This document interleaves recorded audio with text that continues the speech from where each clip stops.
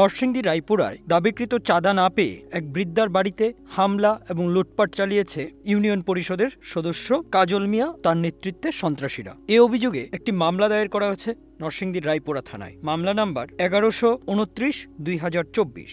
এ মামলার পর আরও বেপরোয়া হয়ে ওঠেন ইউপি সদস্য কাজল মিয়া এবং তার সন্ত্রাসী বাহিনী। ভুক্তভোগী নারী আব্দুল মুতালিবের স্ত্রী ফরিদা ইয়াসমিন অভিযোগ করে বলেন, মামলার পর আমার বাড়িতে মেহগনি গাছ, আম, কাঁঠাল, আকাশি 60 থেকে 70টি গাছ কেটে নেবে বলে হুমকি দেওয়া হয়েছে। এমনকি আমাকে এবং আমার স্বামীকে খুন করবে এমন হুমকিও দেওয়া হয়। আমার নাম ফরিদা ইয়াসমিন, আমার বাড়ি গ্রাম গোয়ালমারা, অলিপুরা ইউনিয়ন, থানা রায়পুরা, জেলা নরসিংদী।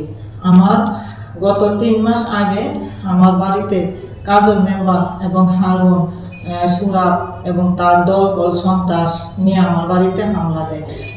তা 1 কোটি চাঁদা দাবি করে। আমি টাকা দিতে পারি না বিদায় আমার জোর যাব করে 4টা স্টাম্পের সাইন নিয়ে যায় এবং একটা স্টাম্প নিয়ে যায়। এখন আমি এই পরিস্থিতি বাধ্যতামূলক হয়ে আমি আর্মির কাছে এবং পুলিশের কাছে সাহায্য নিই। তারা আইসা আমাকে উদ্ধার করে নিয়ে যায়। নিয়ে যাওয়ার পরে আমার আজ 3 মাস যাবৎ আমি বাড়িতে থাকতে পারি না। তারা হুমকি ধমকি দেয় এবং গতকালকে বাড়িতে আইসা আমার বাড়ি থেকে লুটফাট করে দরজা জানালা এগুলি নিয়ে যায় এবং ইট সহ নিয়ে গেছে। এখন বলে গেছে আমার বাড়ির যে মোটামুটি আম, জাম গাছ, কাঁঠাল গাছগুলি আছে এবং এটি কাটতে নিয়ে যাবে আর ফসিল খেতে বেগুন লাগায় মাটি নিয়ে যাবে। এখন আমি কি করব? আমি অসহায় মানুষ। আমি পুলিশের কাছে এবং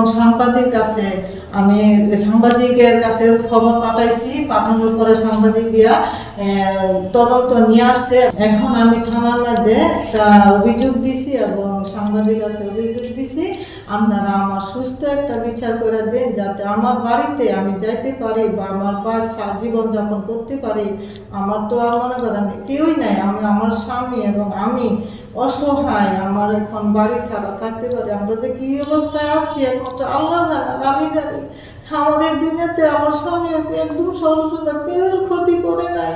এই কাজে আমার কোনো ক্ষতি আমরা করছি না। তারা যে আমার এমন একটা সর্বনাশ করছে। আমার পুলিশের কাছে এবং সাংবাদিক কাছে আমি সুস্থ বিচার চাই। আমার আপনাদের কাছে অনুরোধ, আমার যাতে আমি বাড়িতে যাইতে পারি, আমি যাতে জীবনযাপন করতে পারি, সে ব্যবস্থা আপনারা করে দেন আমাদের।